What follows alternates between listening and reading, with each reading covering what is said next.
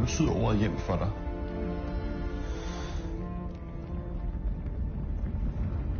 Hjem er noget, som er trygt.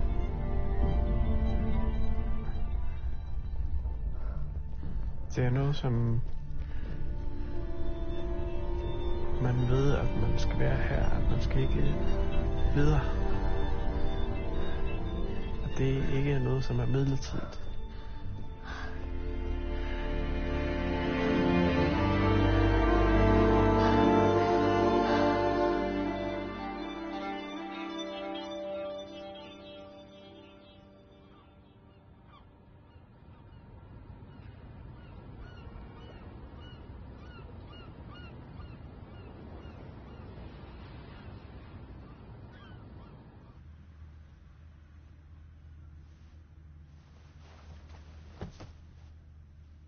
Prøv en lille smule længere op. Meget lidt. Ja, lidt ned igen. Sådan der. Perfekt. Sådan der. Skal også lige gøre sådan her.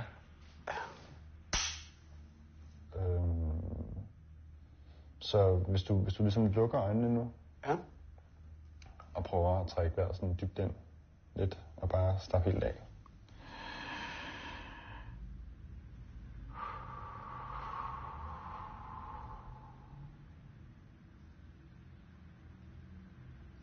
Har du nogensinde fortalt din livshistorie før? Nej. Men du er okay med at fortælle den til mig? Nu?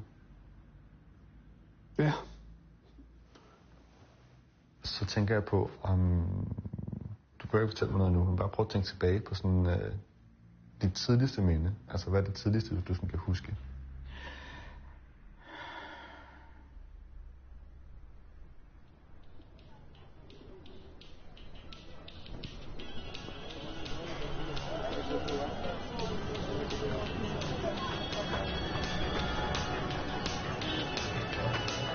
Jeg er altid 3-4 år gammel.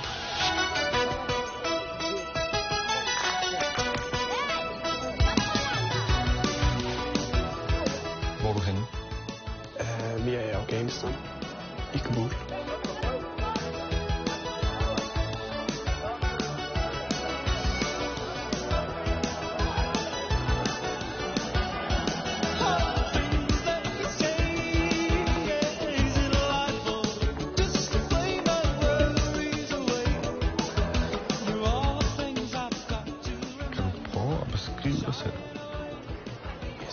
Jeg har altid haft hang til at være lidt anderledes. Jeg skal sige sådan. Jeg var ikke bange for at gå i min søsters kjoler. Den yngste søsters natkjole. Jeg kunne godt lide opmærksomhed.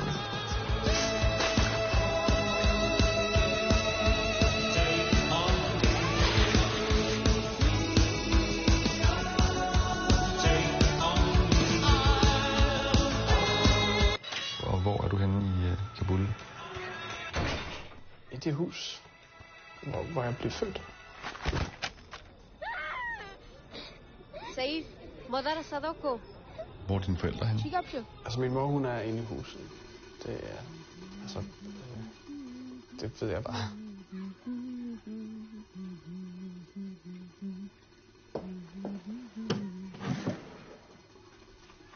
اینا قندولک اینا رو جور میشه.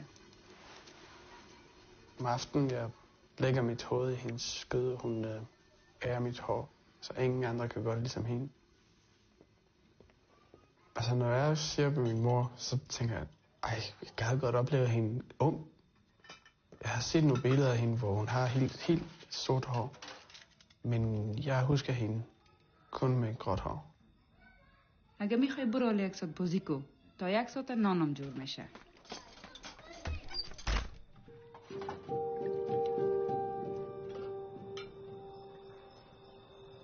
او دست مرا گرفت و ما رفتیم طرف جایی که طیاره میشینن و او مرا در کابین پیلوت بالا کرد. جرینگ های عادی نداشت، مثل جایستیک و همه جای توپ داشت. Min søster fortæller historier af min far. و ما پرواز کردیم و اونا به ما گفتن ای بسیار مهم است که هیچ کدام توپه را غلط نزنی. اگر یک توپه را غلط بزنی گرم میشه. و ما تا بین ابرها پرواز کردیم و میتونستیم آخر دنیا را ببینیم. بسیار جالب بود. Meget det passer. خانه ها مثل خانه‌های Noget af det også er noget, hun digter op. Og min bror og jeg er helt fuldstændig forgabt i de ting, hun fortæller. پدر مرا آرام کرد. اونا با ما گفتن که تا من هستم هیچ چیزی نمیشه. Altså, jeg kan godt huske den der følelse af misundelse. Hvorfor er du misundelig? Det er fordi, hun fortæller om noget, der er virkelig godt, noget som hverken min bror og jeg har oplevet, og være sammen med vores far, og... Men hvor er din far? Kan vi lige holde en pause? Ja, selvfølgelig. Der er nogle ting, som jeg har svært ved at ligesom snakke om. Jeg synes, det er stadigvæk lidt hårdt. Men det er nogle ting, jeg ved, jeg skal få ind med. Altså, det er min fortid, og det, jeg kan ikke flygte fra det, og jeg har heller ikke lyst til, fordi jeg tror, at måske om halvt år eller om et år, jeg er måske mere klar til at snakke om de ting. Nej, men altså, selvfølgelig. Altså, vi gør det bare i dit tempo. Ja. Jeg er bare glad for, at du endelig har lyst til at fortælle din historie. Altså, jeg kan jo i gymnasiet, der var der sådan... Jeg anede ingenting. Jeg kan huske, at der var sådan, der gik sådan nogle historier. Nogen, der sådan sagde sådan, har du hørt, at han er gået hele vejen fra Afghanistan? Den er god. Men så jeg vidste ikke, hvad jeg sådan skulle tro på, og hvad man ikke skulle tro på. Sådan nogle ting. Der gik bare sådan nogle historier. Hold da op. Jeg kan huske første gang, jeg så dig. Der var jo ikke så mange indvandrere i... Nej. Og du havde sådan en helt tætsiddende, sådan hvid og sorttærnet t-shirt på. Kan du huske den? Ja, det kan jeg godt. Og nogle Buffalo-sko på. Det er mig. Så hold kæft, han er tjekket sådan der. Er nogle modige. Jeg kan også huske, at du bare sad sådan og kiggede lige frem for dig. At du var meget sådan fokuseret på ikke at kigge rundt eller sådan. Jeg tror ikke, du lagde mærke til mig. Og så kan jeg bare huske, at jeg var overrasket over, at vi sådan stod af på samme station. Ja.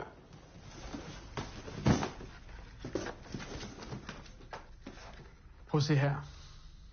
Det er 2G, tror jeg. Ja, så det har været lancierfest i 2G. Ja.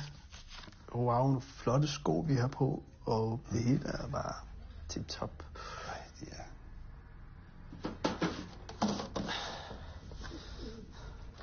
Her er det. Altså, her starter jo min historie. Altså, det skrev jeg ned jo, da jeg kom til Danmark. Kan du prøve at læse det? Jeg tror, jeg er svært ved at læse det, fordi jeg er ikke så god til at læse dig mere. بعد از آمدن مجاهدین 6-7 روز jeg kan ikke læse min håndskrift. Det kan jeg faktisk ikke.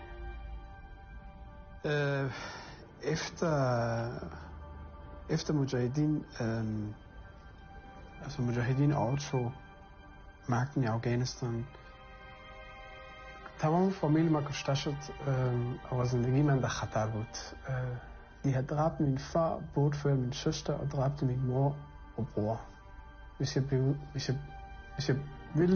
blev, ville de højst sandsynligt også dræbt mig. Det var ret voldsomt. Ja.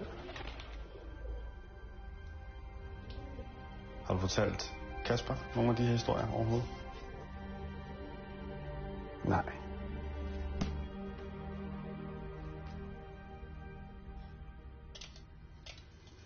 Bare så vildt, Kasper, jeg er gået i gang med at filme. Nej. Nej. Du kan lige smage, om der skal mere salg. Hvornår skal I egentlig giftes? Når vi først er på. Dels vil jeg gerne have dig hjem. Ja. Dels vil jeg også godt kunne have et sted at holde en ordentlig fest. Altså, hvis vi sådan venter på, at vi skal holde en fest, jeg tror, det går lang tid. Hvad nu, når du er skrevet her, så går jeg bare ud og køber et hus, så må du bare hjemme. Altså, så må du bare... Du har lært at leve med det. Ja, jeg har lige... Sorry. Og hvad tid tager du afsted i morgen? Jeg skal være i lufthavnen klokken 10. Hvor lang tid skal du afsted den her gang? Til juni. Til juni? Ja. Jeg skal komme hjem i nogle måneder, og så rejser jeg igen, tror jeg. Så rejser du igen? Ja, det gør jeg nok. Spændende. Du ved ikke, Kasper? Nej. Hvor rejser du hen? Tilbage til USA. Hvad så, du har fået en e-mail fra din professor på Princeton, eller hvad? Nej, jeg har fået et brev fra ham. Han tilbyder mig en postdoc. Okay. Ja.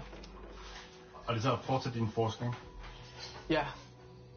Hvad siger Kasper til, at du tager afsted igen? Det har vi ikke rigtig snakket om det. Jeg ved faktisk ikke, hvordan det er.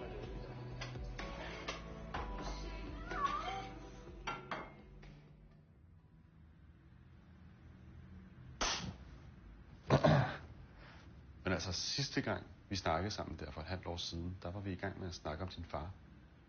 Har du mod på, at vi snakker videre derfra igen? Ja, det er okay. Det er bare trist. Men hvis vi så tager tilbage til Kabul i din barndom, hvor er din far så henne?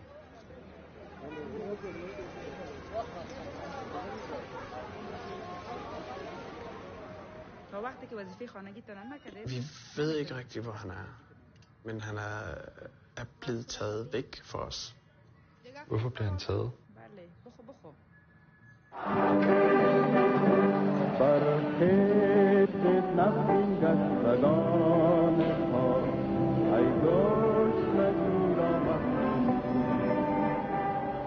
Han blev taget, fordi den daværende afghanske regering troede, at han var til far for den kommunistiske kvindelige regering, som væltede kongehuset og overtog magten tilbage i slutningen af 70'erne, i 1979.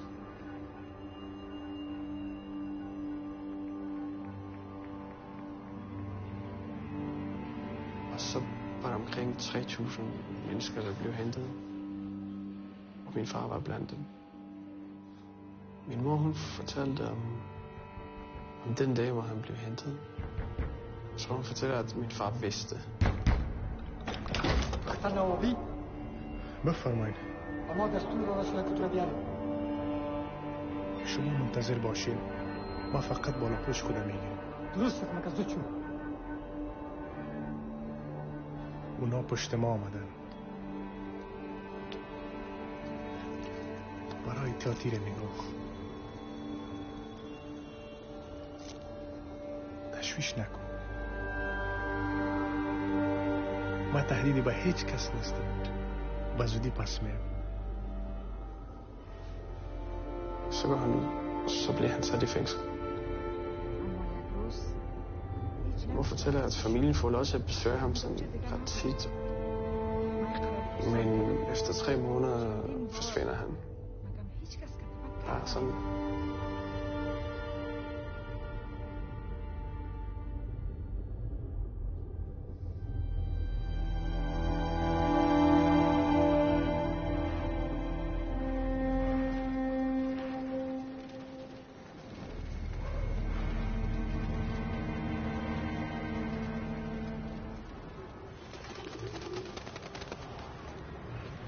امین خوب گوش کن.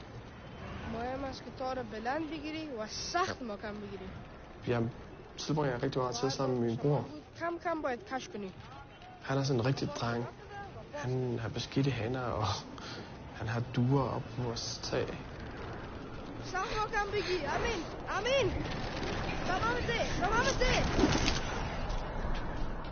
ببخشید.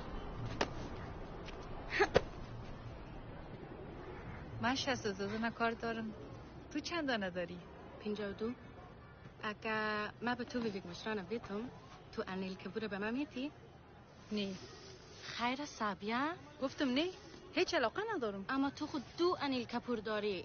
چرا نمیخوای تبدیل کنی؟ من به تو هم ویویک مشران و هم ممک سینگ میتم. من هیچ کدام شکار ندارم. و همیشه خوب است که یک انیل اضافه داشته باشیم. ایره بیبی چقدر مقبوله. مرا سوز میتی؟ چه قسم میخوایی؟ مهم نیست. راستش حوصله‌اش ندارم.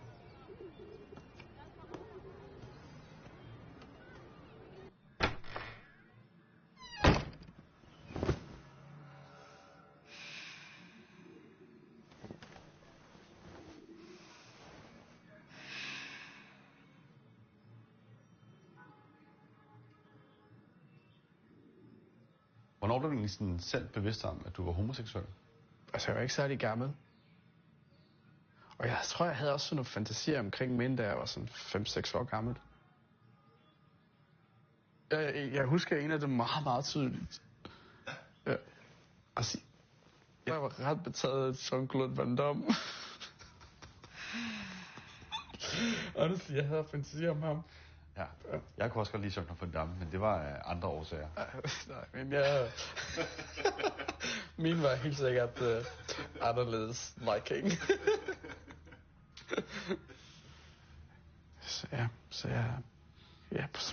Jeg vidste godt sådan et eller andet sted, at jeg var til mænd hele tiden, uden at vide lige præcis, hvad det var.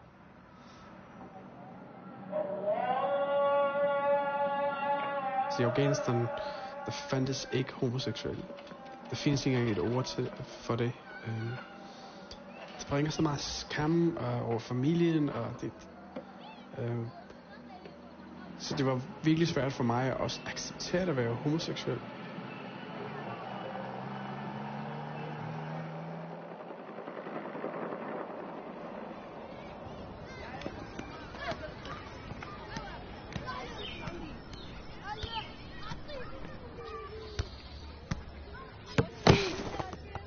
Så vi spiller volleyball hver dag. Ja, det gør.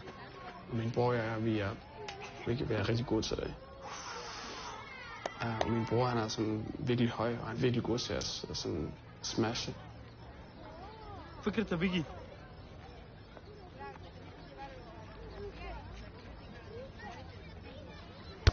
امروز با سپردن راکت‌های دورمنزل جدید در دسترس نیروهای مسلح مخالف که از طرف ایالات متحده آمریکا تهیه شده است و اونا می‌خواستن برای شوروی‌ها افغانستان را ویتنام بسازن.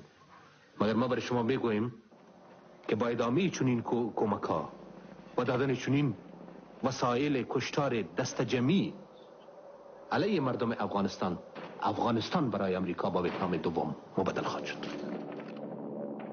Borgerkrigen starter deromkring, da min far bliver hentet. Man kæmper imod Mujahedin. Krigen foregår ikke i Kabul, men i andre byer. Så man oplever det ikke så meget. Grunden til, at det er i min bevidsthed, fordi min storebror, han er en stor teenage-dreng. Han vil ikke i militæret. Og det skal han.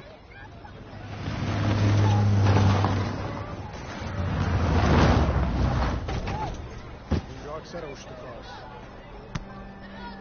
وكان ثلاثة تنظر روح نمي سيد ولا ثلاثة مدن بوليس أمان ساكن بوليس أمان دكتور بدأ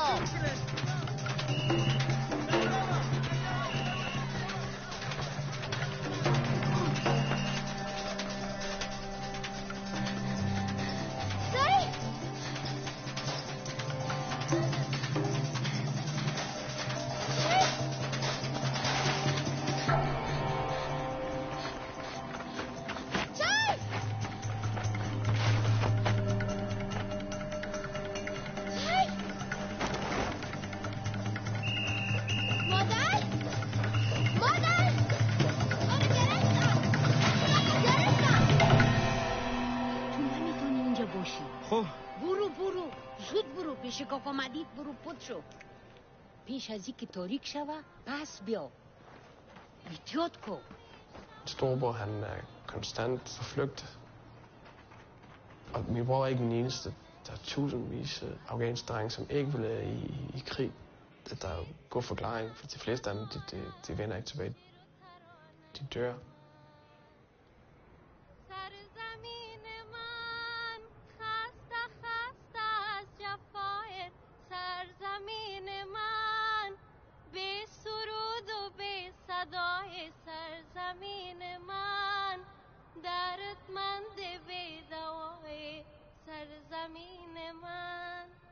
À l'étranger maintenant, Kaboul et les attaques des Moudjahidines qui ont repris dès le départ des troupes soviétiques. Hier, 7 personnes ont été tuées près de l'aéroport de Kaboul. Overseas today, the last of the American embassy personnel in Afghanistan flew out of the capital, Kabul, today and went to India.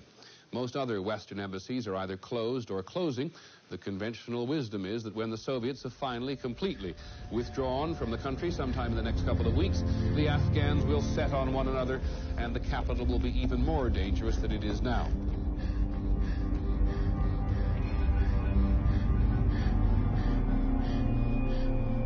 The Soviet transport circles quickly downward, firing magnesium flares to divert any heat-seeking missiles. American armed anti-Soviet Mujahideen guerrillas are in the mountains around the city. Vi ved, at den afghanske militær er ikke stærk nok til at holde de der Taliban væk. Så det er bare et spørgsmål om tid, hvornår de invaderer Kabul. Vi er klar over, at når Mujahideen overtager, så skal det hævnes. Det vil straffe folk, som de mente var vantro. Amin! Vi skal ud. Det er nu. Så vi pakker vores ting, og vi når ikke sælge noget.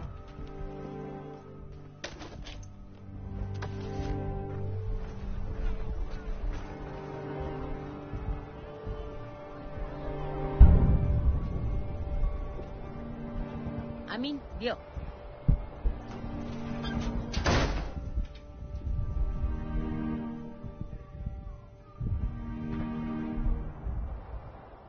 Så I når lige ud?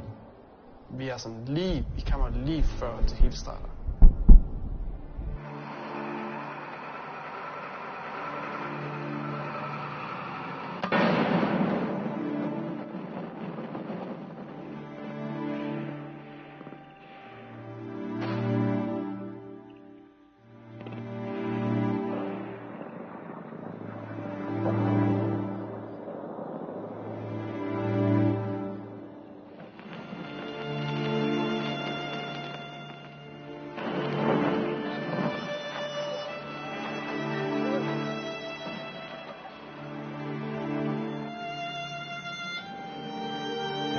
Hele vejen til lufthavnen. Jeg græder også, mens jeg sidder i flyet.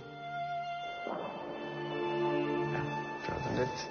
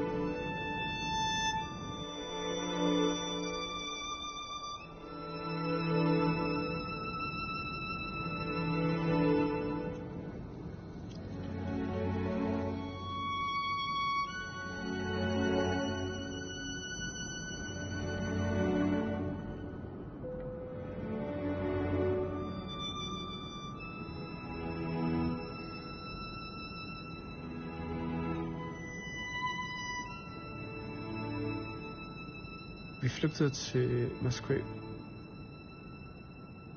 Rusland var det eneste land, der ville give os turistvisum. Rusland, det var et mærkeligt sted på det tidspunkt. Vi ankommer til år efter kommunismens fald.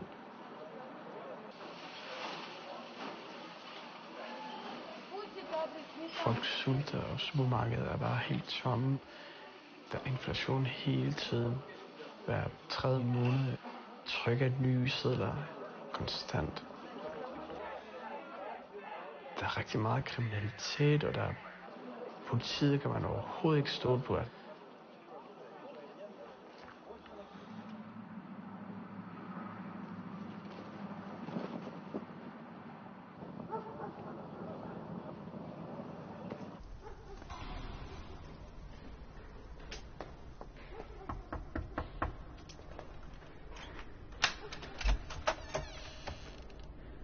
بالاخره Abbas بچیم. Min storebror, som bor i Sverige, han møder os i Moskva, da vi ankommer. تو نمیفهمی بسیار باشه. Og han har lejet en lejlighed til os. خدای من کلام بچه شدی من باید Han بیشونم. flygtede der i 80'erne, fordi han ikke ville i krig. Смещается в центр для того, чтобы пробить. Есть вторая попытка удара. پس برو.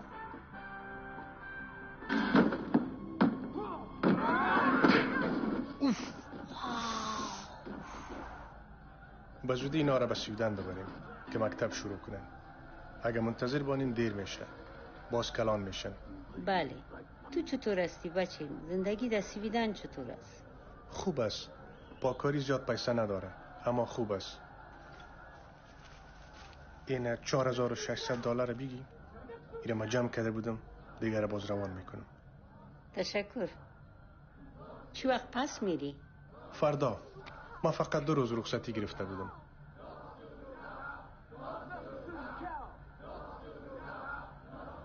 بیاین اینجا. شما را کم آزار بتن. قدق دارم. بیا. ما مطمئن هستم که برایتان بسیار خسته کن بوده باشه. یک وقت با خواهر مادر بودین. سویدن که آمدین با شما را مرد واقعی جور میکنن.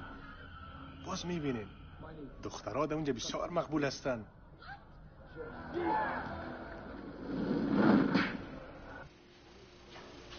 Og hvad er planen? At vi skal væk fra Rusland. Det kræver, at der skal skaffes rigtig mange penge, og vi kunne blive smuglet til Sverige. Med menneskesmugler eller med... Med menneskesmugler, ja. Det er den billigste måde. Altså for $3.000 kan man komme til Sverige. For en person. $15,000-20.000 for os alle sammen. Så lige pludselig lægger det rigtig meget pres på min storebror. De tjener ikke så mange penge.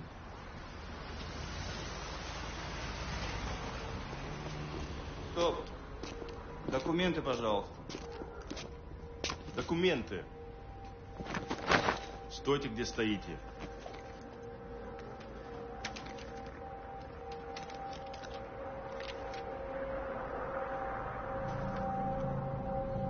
Ваша виза просрочена.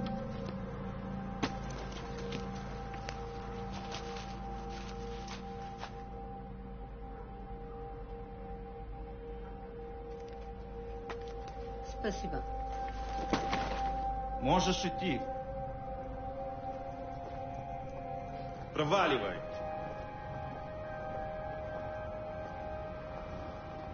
Vi kunne ikke bevæge os frit rundt i byen, fordi vi havde ikke de rigtige dokumenter.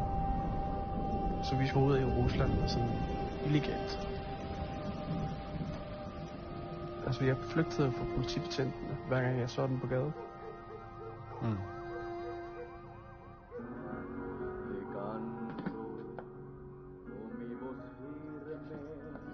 Så faktisk i virkeligheden, jeg sidder derhjemme fra morgen til aften, ser mexicanske soap opera. Hele familien. Det er bare dagens højdepunkt. Давай я помогу тебе. О, спасибо. Ты первый раз в Мексико-Сити? Да, я никогда не видел такое место раньше. Og så sidder vi der et år. Vi sidder bare og venter på at komme afsted.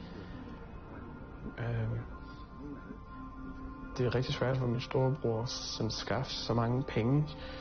Så der er kun nok til at sende mine 2 søstre til Sverige.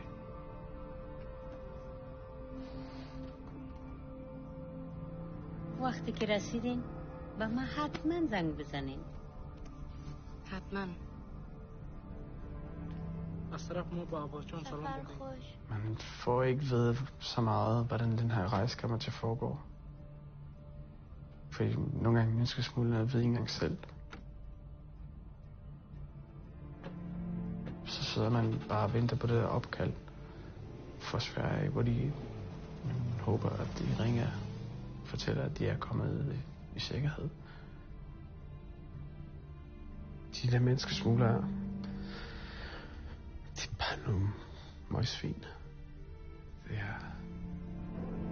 Jeg tror, de er bare en flok psykopater.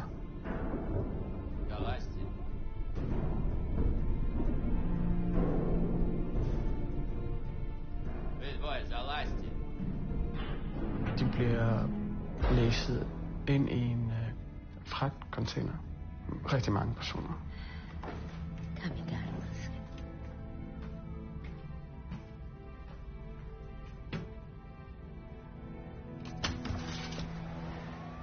Og så bliver den her fragtcontainer kørt ind i de der kæmpe fragtskib, placeret på en måde, hvor der bliver placeret andre container ved siden af og foran, så det spærrer, så de kan ikke komme ud.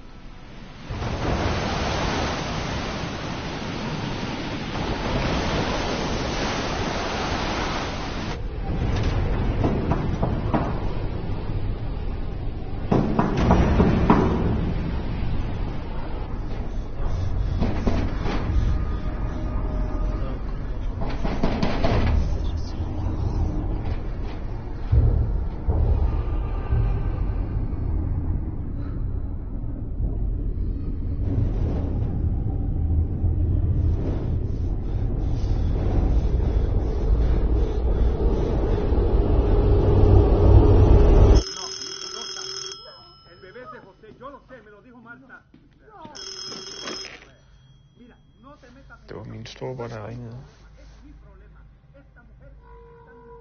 Det var...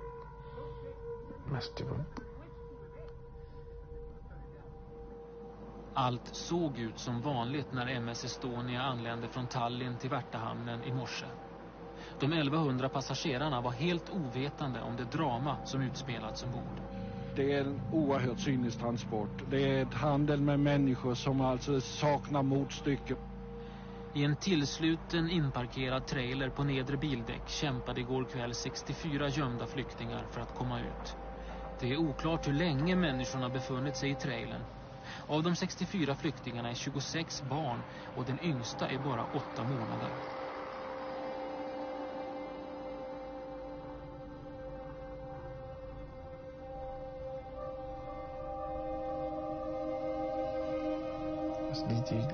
Det är lige før de dør undervejs. حالشان خوب نیست. فکر میکنیم زیاد ترسیده. هیچ گپ نمیزنه. من کسی را میشناسم که اونا را ببینه. در شفاخانه کدام نرسه میبینم. فکر میکنیم زیاد ترسیده. Jeg skal lige forstå en ting. Så altså dine 2 søstre, de overlever, ikke? Mm-hmm. De er ikke døde. Ja. Og du har også en storebror, og de bor alle sammen i Sverige. Ja. Det er bare fordi, jeg har jo altid troet, at hele din familie var død. Ja. Men det er de ikke. Nej. Det er da fantastisk. Altså, det er jeg da mega glad for at høre. Men altså, det vil sige, i alle de her år, så har du aldrig fortalt nogen om din familie? Det er nok først efter jeg startede på universitetet, eller altså sådan, begyndte sådan at fortælle en lille smule. Det var til en ekskæreste, og det gik ikke så godt. Og så fortalte jeg en lille smule om min familie, og det... Han vækkede så meget, sådan, han lyttede og vækkede sådan ret sympatisk. Men da vi havde et skænderi en uge eller et par uger efter, så brugte han det imod mig. Han sagde, at han ville ringe til politiet og så sige, at jeg er skyldig. Det hele var baseret på løgn. Og så var jeg meget bange i rigtig lang tid efter jeg gik fra ham. Ja.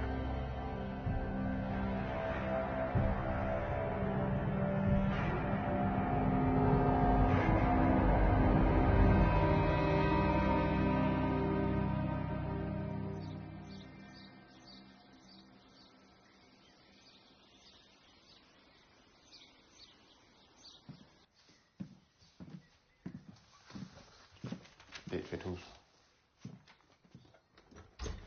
Dejligt. Det er jo faktisk en pænt stor grund. Ja, det er kæmpe stor grund. Og hvad med det? Det hører jeg ikke med til. Jo, ud til vejen ud, ja. Der er sådan en gruppe for masser af muligheder her. Der er altså den mis, tror jeg, nej, jorden.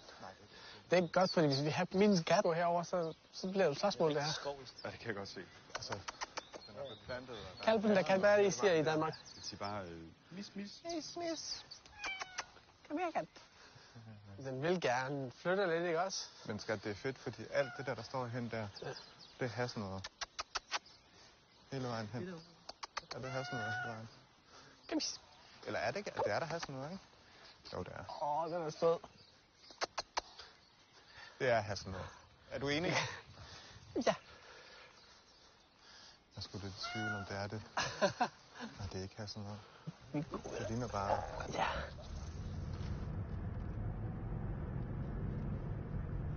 Man bliver jo helt i sommerhumør og varmen og...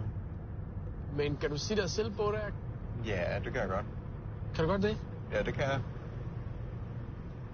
Men hvad tænker du?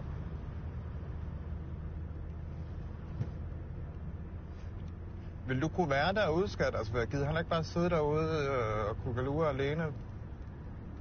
Ja, klart. Så det ikke bare bliver, altså... At du lige pludselig skal alt muligt hele tiden.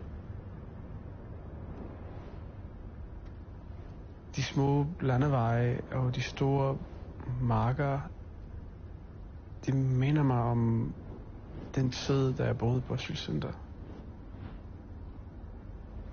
Jeg er virkelig bange for at blive deprimeret derude.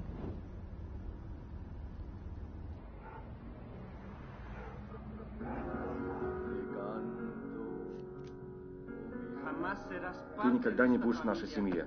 Уходи. Я никогда не хочу тебя видеть. Но я ведь беременная. Я несу нашего ребенка. Ты не можешь просто так меня кинуть. Это не мой ребенок. Здесь тебе не быть. Уходи. Вон. Я люблю тебя. Уходи. Вон. Это полиция. Мы слышали шум. Откройте дверь. Мы просто хотим с вами поговорить. Должны проверить ваши документы. Открывайте! Fuck, hvor jeg hader dem. Det værste mennesker i mit liv. Og de stank af vodka, og det var så klamt. Мы знаем, что вы здесь. Открывайте! Klammeste mennesker, man overhovedet kan forestille sig. Det var værre end menneskesmuglerne. В нашем распоряжении целый день.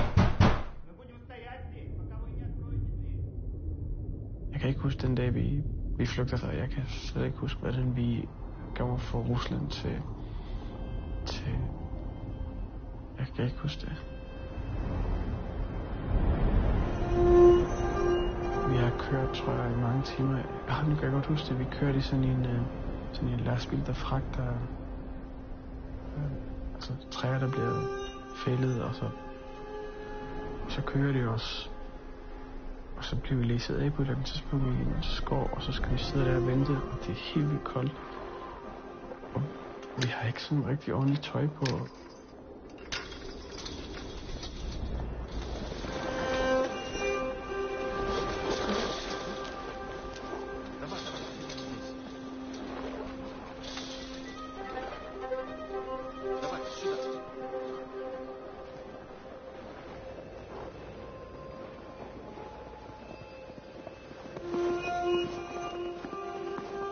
Der er 2 ting, som jeg glemmer aldrig om den her nat.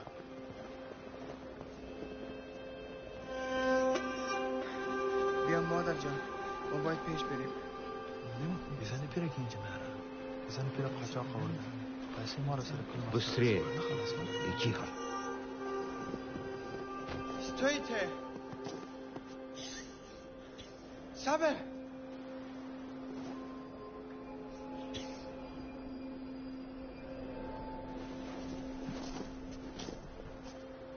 Вы там пошевеливайтесь, давайте.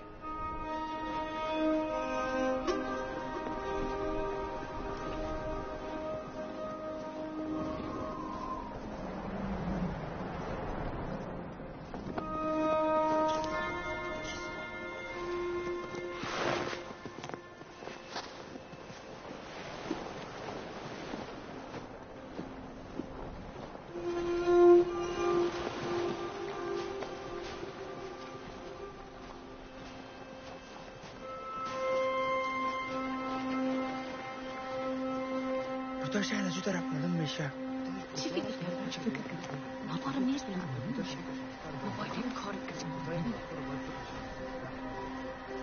شما باید باید دیگه بود بده دیگه بود نداره بچه خب بگیر که ما تو میفهمی که ما سر سرات تیر میشیم چی میخوایی بکنم؟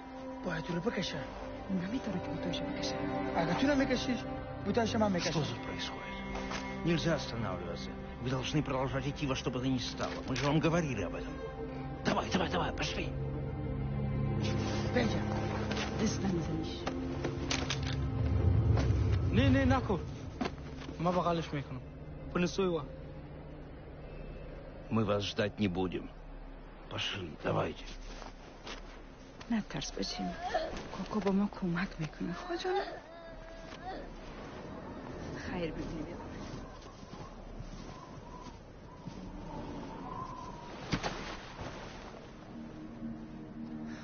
صبر کنین.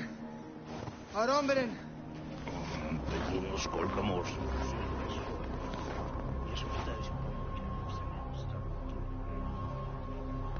Она нас задержит. Почему бы просто не пустить их в путь? Så vi skød hende i hovedet og efterlader hende her. Sådan helt koldblodigt. Я могу ее представить. Без вопросов. Нет, я заставлю ее идти быстро. Jeg tror, det var hendes søn. Han siger det til.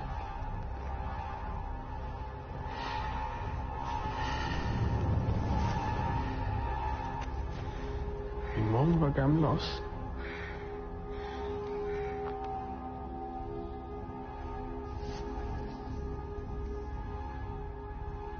Den her dame, det var godt, hun ikke forstod russisk.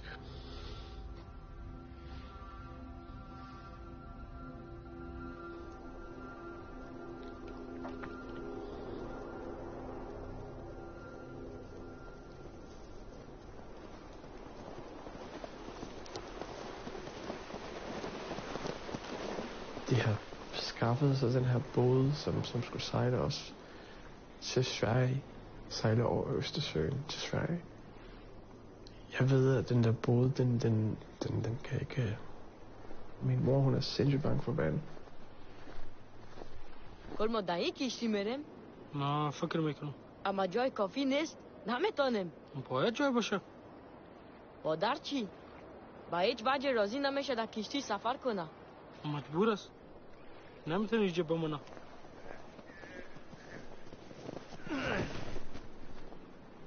Вы должны находиться под палубой, когда мы поплывем, чтобы береговая охрана вас не заметила.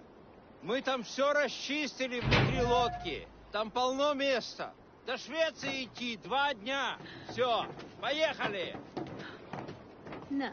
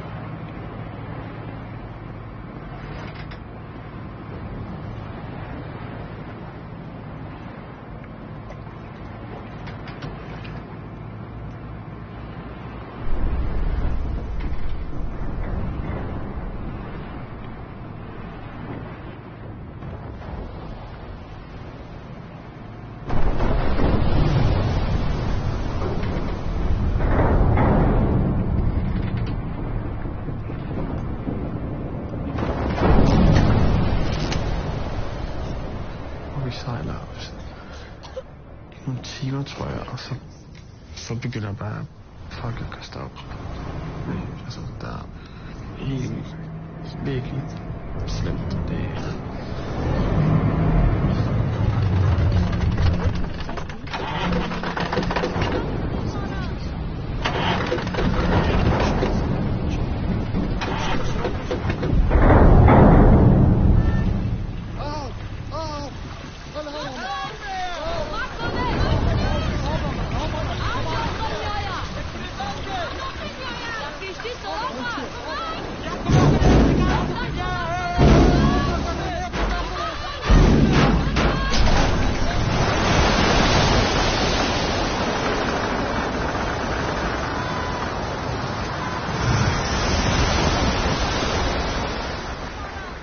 Vand ud, og det regner, og det stormer. det skal vi bare blive ved med at gøre, fordi der kommer vand hele tiden. Den her båd har ikke engang en radiotransmitter. Så vi kan ikke engang ringe efter hjælp. Og ingen kan svømme. Jeg tror, det ville have været nemmere, hvis jeg var alene, men min mor, hun er jo sindssygt bange. Hun altid, når hun snakkede om død, så snakkede hun altid med det med, altså dø i vand, eller blive druknet, det var hendes værste mareridt.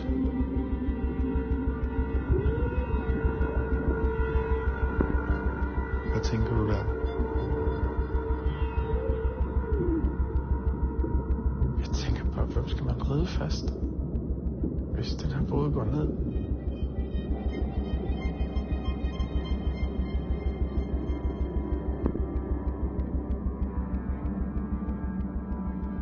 Fordi du kunne godt svømme?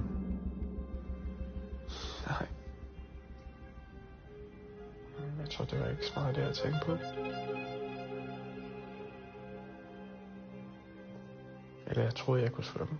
Eller... Jeg ved ikke, jeg var ikke sådan... Jeg var mest bekymret...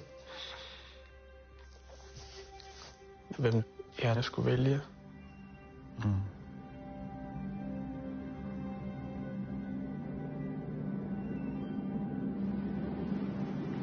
Der går nogle dage.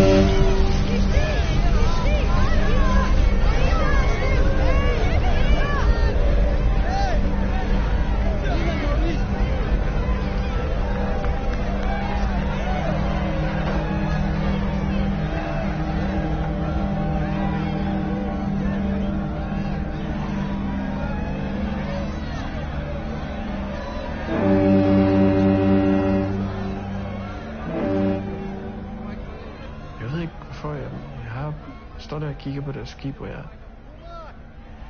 lige pludselig ikke kan mærke det, der er glade. Hvad er der galt?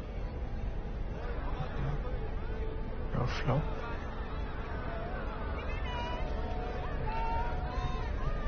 Jeg tror, jeg var flov og skammede mig over vores situation.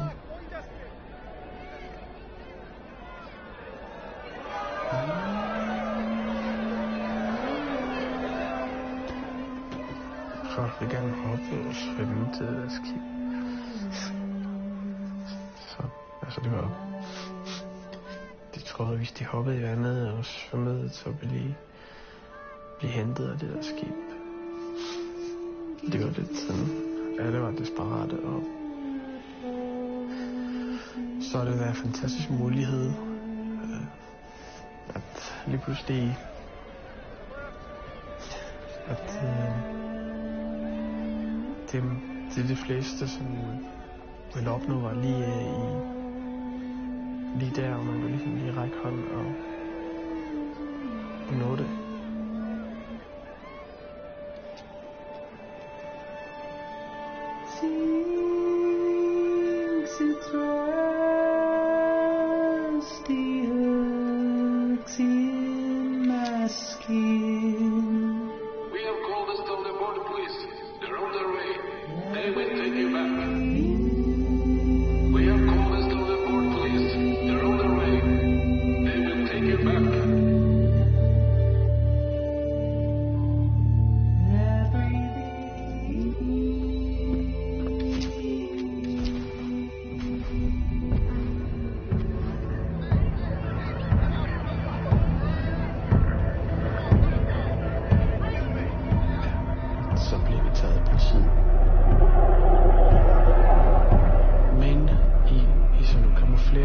militærtøj med elefanthuer på og nælede ansigter.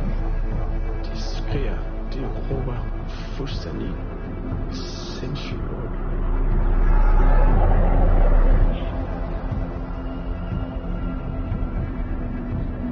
Jeg ved ikke, hvad der foregår. Jeg græder. Jeg kan ikke stoppe. Så jeg kunne se angsten i voksnes øjne, hvordan de var bange. Altså de store mænd, altså de var fuldstændig, man kunne se på deres øjne, de var så bange, og det gjorde, at jeg blev mega forskrækket. Jeg tænker, hvis de er så bange, hvad er det så, der kommer til at ske med os? Fordi så må det være noget virkelig alvorligt.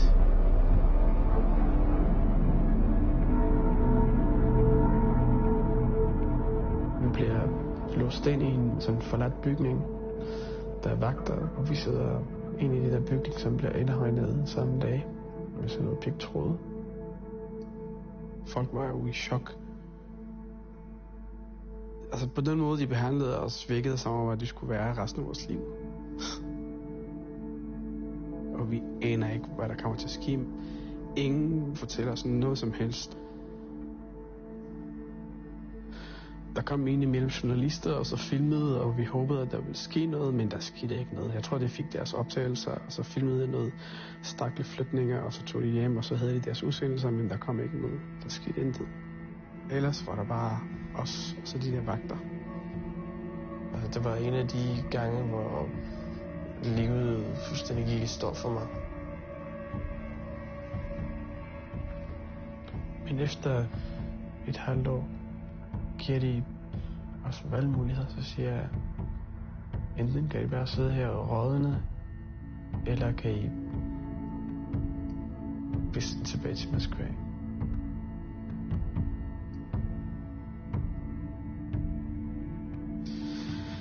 Lige så snart vi kom til Rusland, så blev vi anholdt af russisk politi. Og det ville sende os tilbage til Afghanistan.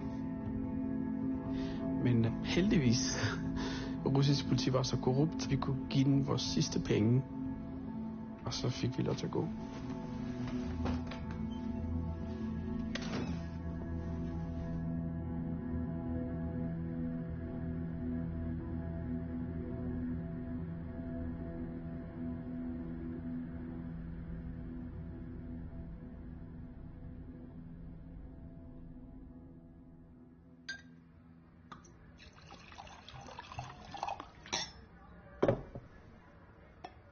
Tak for, at jeg må crashe.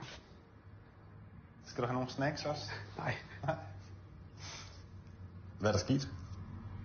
Jeg har bare brug for at komme væk. Jeg fortalte til Kasper, at jeg ville lave den der postdoc på Princeton. Og det gik ikke så godt? Det gik ikke så godt. Han følte sig dum, fordi vi havde kigget på alle de huse. Men han forstår det ikke.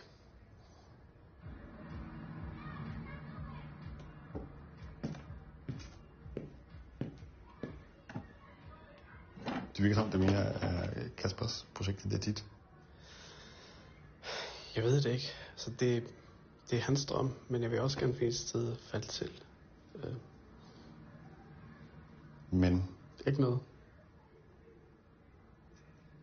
Det er en lille smule angstprovokerende. Fordi så det med at komme ud af Rusland, det var en kæmpe gave. En kæmpe gave. Altså, man fik et liv, altså. Og så skulle man ikke bare lige forkaste det, eller... Ja. Hvis det var ikke for mine søskende, så havde jeg ikke været der, hvor jeg er i dag. Ja, så jeg bærer en kæmpe byrde på min skulder, kan man sige. Ja. For eksempel, min storebror, han var kærester med en finsk pige, og de kendte hinanden i 10 år. Og de ville have børn sammen, men det kunne han ikke, fordi han sparede op hver øre til at ligesom få os ud af Rusland. Og kæresten, hun gik for ham. Men, altså hvordan hjælper det din familie, at dig og Kasper ikke flytter på landet? Burde du ikke være på min side?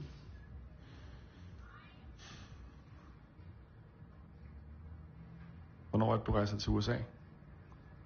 På søndag. På søndag? Mm. Og hvor længe er det, du skal være væk i det hele? Jeg kommer hjem, selvfølgelig, og der bliver jeg hjemme i nogle dage. Så hvor mange, altså fra nu af, så er det 3-4 måneder? Ja, 3-4 måneder, ja.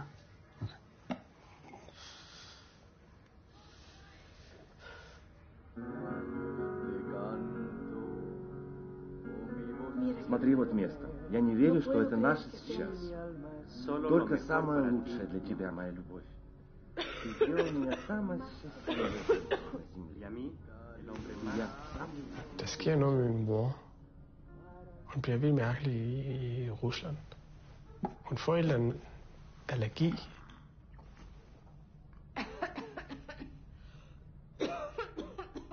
Jeg tror, hun har et hjemmevid. Hun er savner Afghanistan.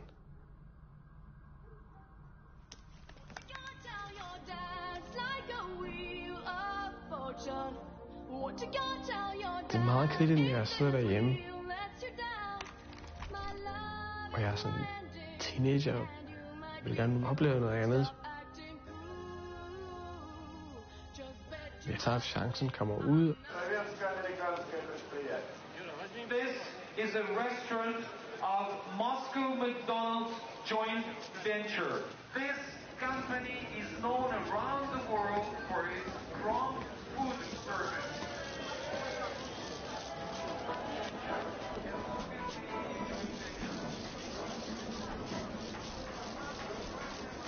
هر وقتی که ما از روشا برآمدیم باید بریم مکدونالدز و تجربه کنیم. ما باید یک بیگ مک و یک کولا بگیریم. ساعت ما خوب тир میشه. Ты идешь со мной. Нет, мы ничего не сделали. Хорошо, тогда покажите мне свои документы. Так я и думал. Остановить? Не надо! А где ваши деньги? У нас нет денег. Мы просто хотели посмотреть, что тут происходит. А могу я на секундочку взглянуть на эти часики? Не трогайте его. Сюда.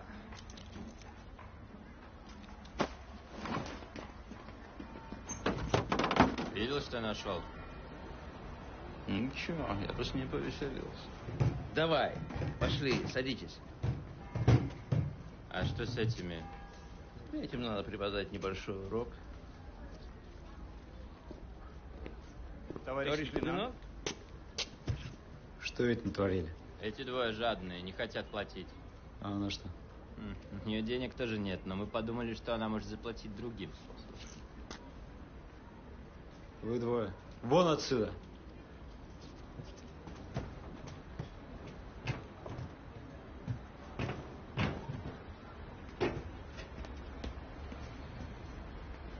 Jeg husker hendes ansigt. En sort hår. Store, mørke øjne.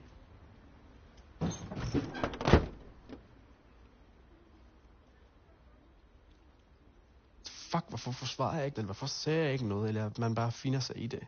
Mm. Det er en af de mest ubehagelige følelser, jeg har oplevet i mit liv. دیگه تحمل ندارم.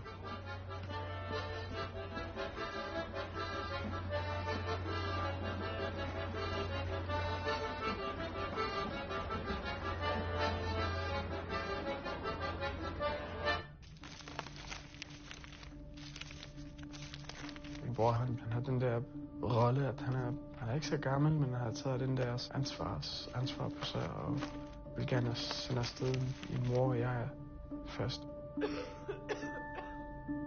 Og den her gang er vi sådan meget forsigtige. Der blev aftalt med en menneskesmugler, som koster sindssygt mange penge, fordi vi vil ikke opleve de ting, som vi har oplevet. Det skal være en sikker og tryg rute, så det er kun nok til en af os gå sted. Så det ender med, at min bror han besluttede, at det skulle være mig. Og det er vildt forfærdeligt, fordi jeg har vildt dårligt samvittighed, at min bror han bliver tilbage. Altså hver gang der går en uge, en måned, et år, hans muligheder for at få sig en okay fremtid bliver ringere og ringere. Залазьте.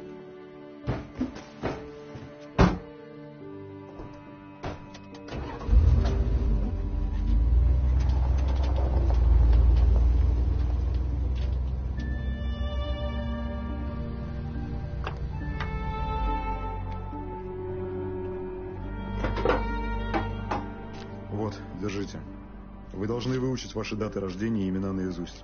Вы русские. Запомните это. Говорите по-русски, если кто-то вас о чем-либо спросит.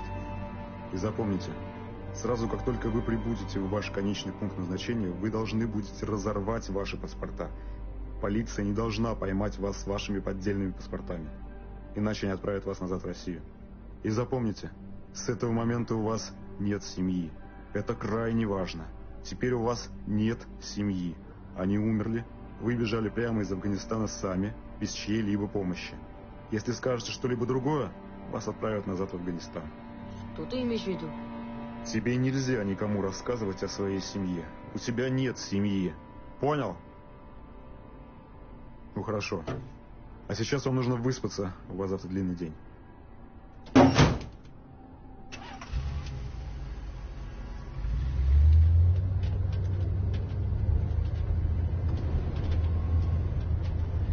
Det var menneskesmuglerne, der bestemte over mit liv. Man er fuldstændig magtesløs.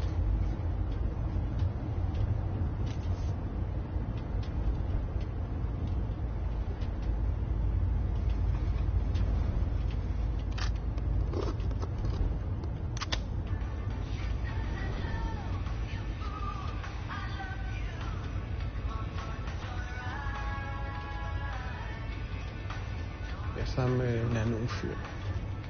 Han er også alene, ligesom mig. Han er flink, og han er sjov. Får mig til at grine. Han var sådan lidt drenget, men alligevel sådan lidt var den. Der var for aldersforskel mellem os. Så han var sådan lidt mere på vej til at blive lidt sådan mandagtig. Og det synes jeg var sådan lidt frækt. Jeg har lidt crush på ham, tror jeg. Den der guldkæde, den var så flot. میخوای امتحان کنی؟ حتما برات خوب میگم.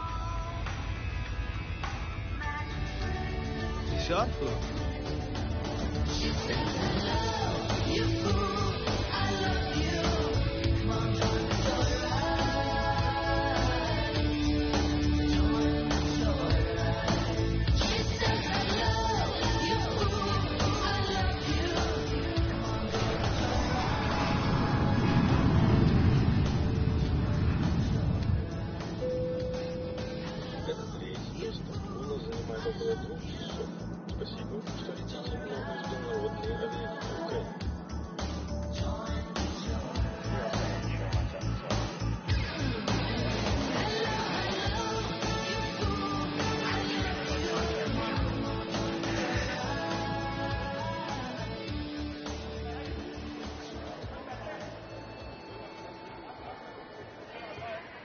Так, когда вы пройдете вон тот паспортный контроль справа от вас, не смотрите сейчас. Как только вы пройдете его, вы сами по себе. И вы летите в разные стороны. Ты летишь в Цюрих. Это гейт Д-27. А ты летишь в Копенгаген. Это гейт А-9. Я думал, что я лечу в Швецию. Нет, ты летишь в Данию. В Данию? Но... Это последний перелет, так что с этого момента вам придется позаботиться обо всем самим.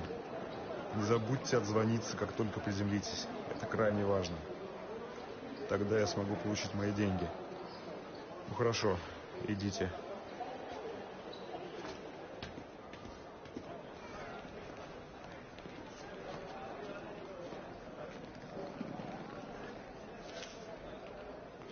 تو زوریخ میری؟ بله. در سوئیس هست. تو اونجا فامیل داری؟ از تو در کوپنهاگن هست؟ یه پاس بگیر. نه پیشت باشه. مطمئن هستی؟ تشکر. موفق باشی. تو همچنان.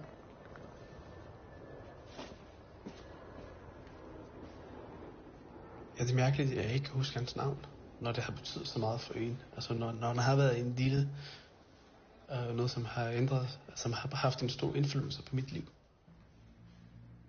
Og så er jeg helt alene lige pludselig og lander i København.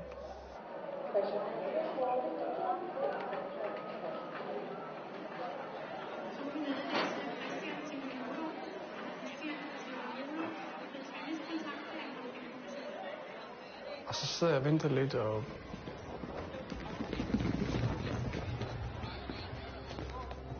så kommer der en ret stor gruppe mennesker, som jeg følger efter.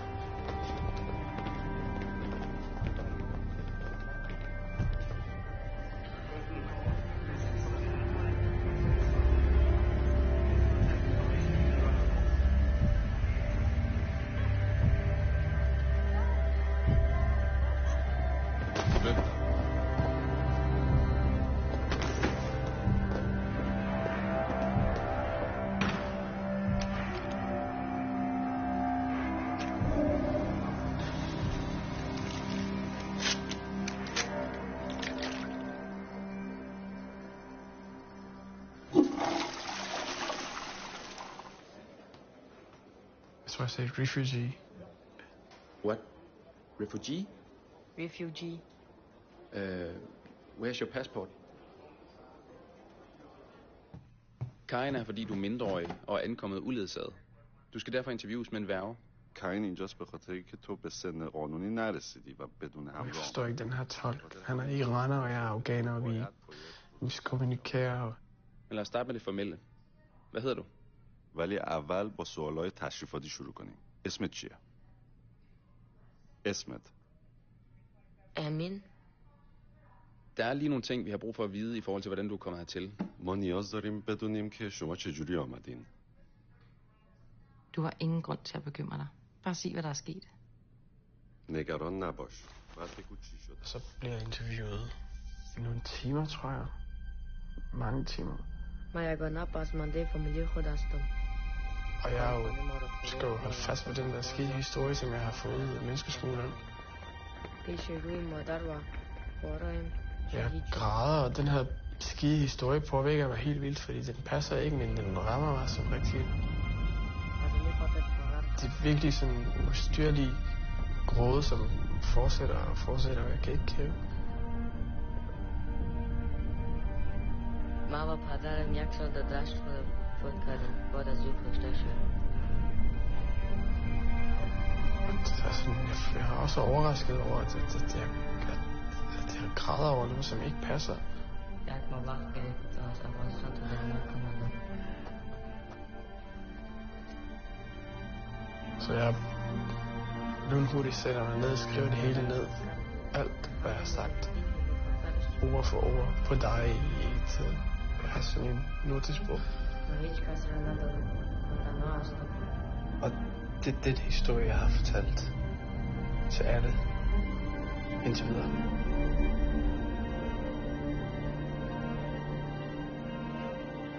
Altså, det er først, når vi sidder i bilen og kører forbi Rådhuspladsen, og jeg kan se neonlysene på bygningerne. Det er der, jeg går op for mig, at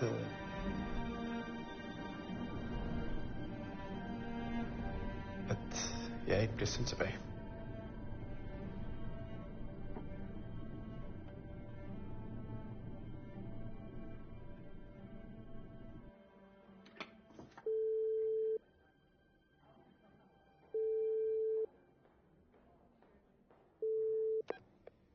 بله عباس. همین؟ بله. بالاخره خوب هستی؟ بله. کجا هستی؟ در دنمارک. چرا وقتتر زنگ نزدی؟ ما تلفن نیافتم. چی؟ ما صدایت شنیده نمیتونم. ما تلفن نیافتم. خب ما با مسکو زنگ میزنم. اونا با ما گفتن که باید بگویم که تمام شما مردین. اما شما خود نمردین. و به مردم چی بگویم؟ چی میخوایی که بگویم؟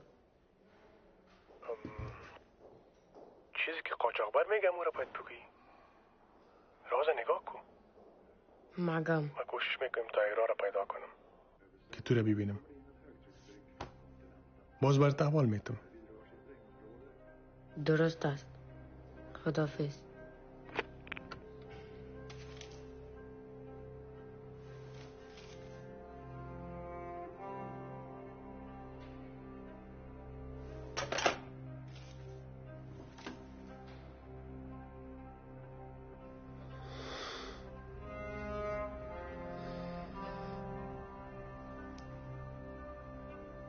Det gik flere år, før jeg kunne besøge min søskende i Stockholm. Altså, det er virkelig ensomt. Frustrerende. Angsten for at kunne blive opdaget og blive sendt tilbage. Det var så stærkt, at man ikke kunne fortælle den rigtige historie, og det har også haft mange konsekvenser. Jeg kunne ikke helt være mig selv. Det var altså virkelig pindefuldt. Jeg tror ikke, de fleste har ikke fantasien til at tænke over, hvordan sådan en flugt påvirker en.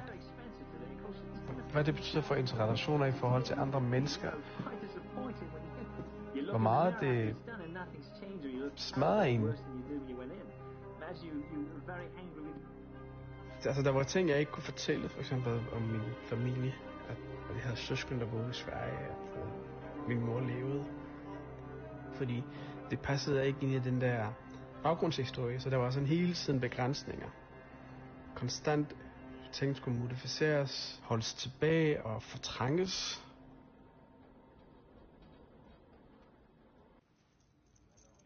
Nå, men hvad var det, du ville snakke om? Jeg vil gerne en medicin. Okay, så skal du til lægen, men jeg kan aftale en tid for dig. Hvad drejer det sig om? Du ved det der, vi snakkede sidst. Det der med, jeg er lige mand. Ja, det... Jeg vil gerne have det der medicin. Hvad mener du? Jeg vil gerne rask. Jeg vil ikke lige mand. Ikke fordi jeg betragtede det som sygdom, men jeg troede, man kunne blive kureret. Og det er noget, der kunne ligesom kureres væk. Men der fortalte hun mig, at det var ikke så simpelt. Okay, fuck. Okay, det er så noget, jeg skal leve med,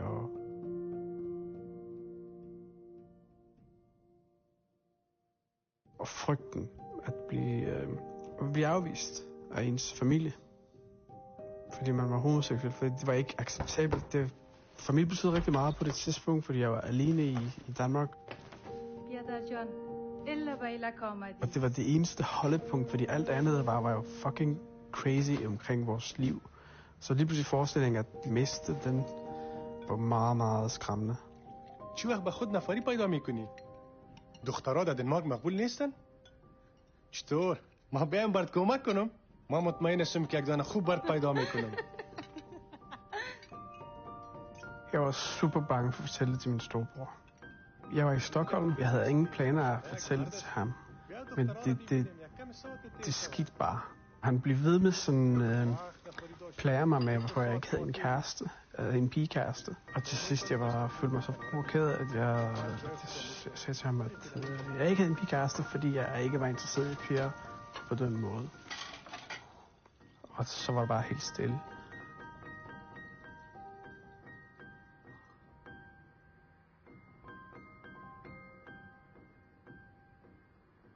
مطمئن هستی؟ ها؟ آیا کدام وقت با یک دختر بودی؟ امین بیا بریم. کجا میریم؟ فقط بیا.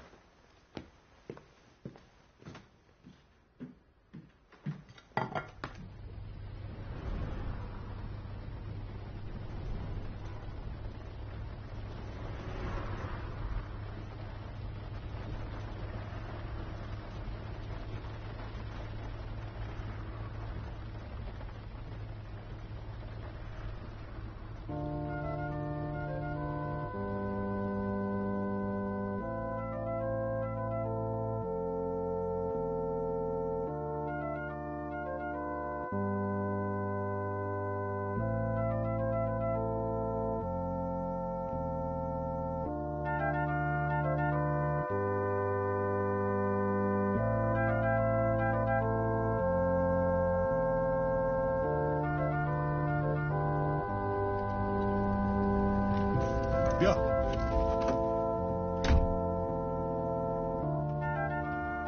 بگو برام چی گپ هست؟ باز میبینی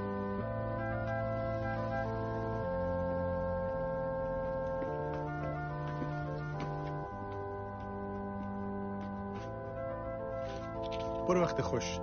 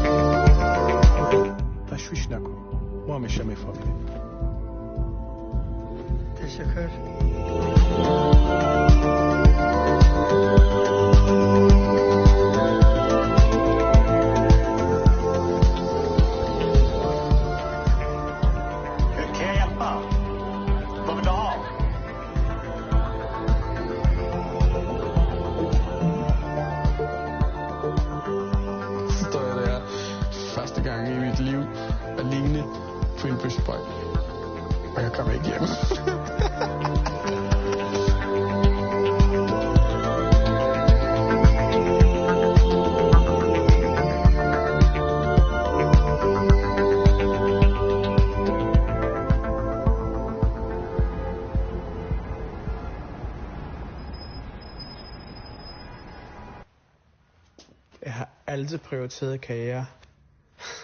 Der stod valget mellem en fyr og karriere og uddannelse, så har jeg valgt altid uddannelsen. Sådan meget kold og kynisk.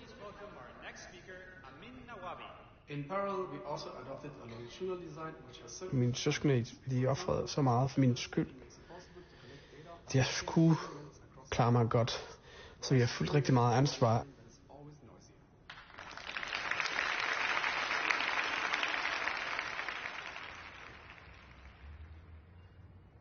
Det var vigtigt med, at den skulle være sådan tough. Det er først nu, når jeg fortæller det til dig, at jeg begynder at mærke, hvor hårdt det har været. Det går ondt at tænke tilbage. Selvfølgelig. Det med at være tilbage i USA nu, det er... Jeg er begyndt at være rigtig træt af, at tingene har været så... At jeg skulle videre til det næste. Det er godt for min karriere, men det er ikke så godt for... Det er ikke så godt for dig. Det er ikke så godt for mig. Da jeg lavede det første interview med dig, der sagde du ligesom, at der var nogle ting, du blev nødt til at forene dig med.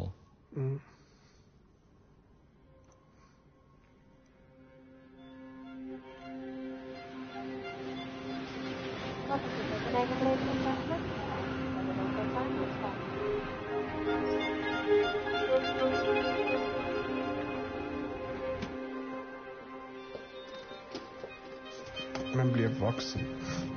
Man bliver voksen for hurtigt. Altså, hvis man flygter som barn, og man... Altså, det er sådan...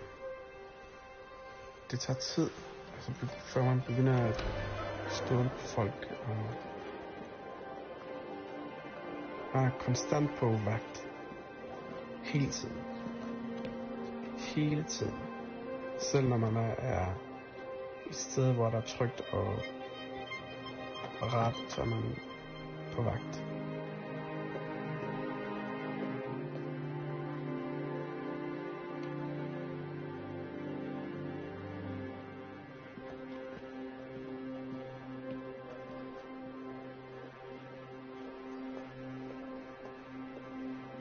Jeg kan mærke, at der skal ske noget.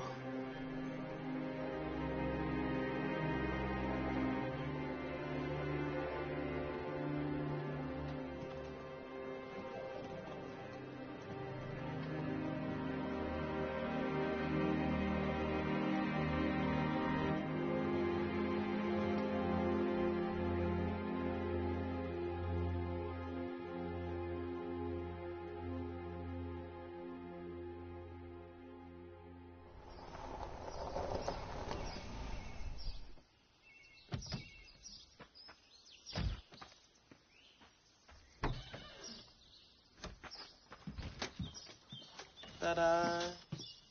Velkommen til dit hus. Jeg bærer dig ikke ind over. Du vil hellere bære en kaktus ind end mig. Ja, det er det samme. Jeg går lige ud og lægger alle de her ting af. Wow, hun er sådan lidt... Se udsigten. Det er helt vanvittigt, det der.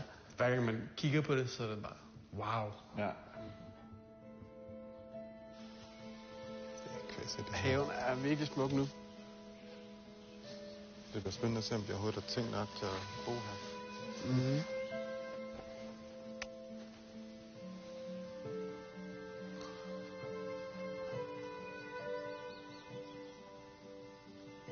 Jeg tror faktisk, jeg så lige skat uden for grunden, ikke? Mm. Hernede. Ja. Der er et stort krat af hindbær.